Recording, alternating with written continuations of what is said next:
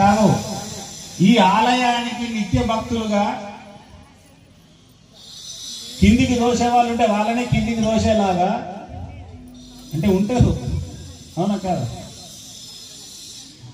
ప్రాథమిక దశలో ఎన్నో ఎదుర్కొని ఉంటారు. అవన్నీ ఈ సందర్భం కాదేమో కానీ ఉంటాయి.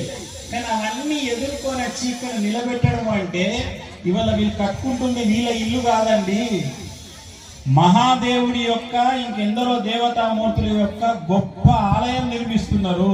ఇది తరతరాలు ఉండిపోయే ఒక వ్యవస్థ.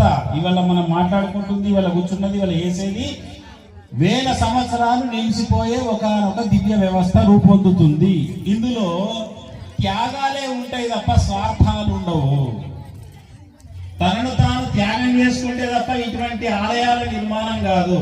నేను విన్న ఒక 4 నెలలుగా శివజోల వేసుకొని మన ఇద్దరు అన్నదమ్ములు రమేశ్వరాచార్యులు మరియు నరేశాచార్యులు ఇద్దరు వాళ్ళు జోలే పట్టారు అంటే నాకు కళ్ళకు నీళ్ళు వచ్చిన. ఎంత ప్రేమ కావాలండి.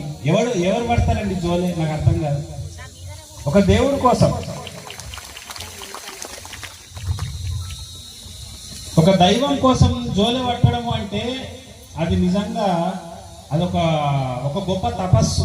నా దృష్టిలో తన అహాన్ని సమర్పించడం భగవంతుడికి. ఎవరైతే ఈ ఆలయ నిర్మాణంలో దాతలుగా ఇప్పటి వరకు పాల్గొన్నారో వాళ్ళు ధన్యులు.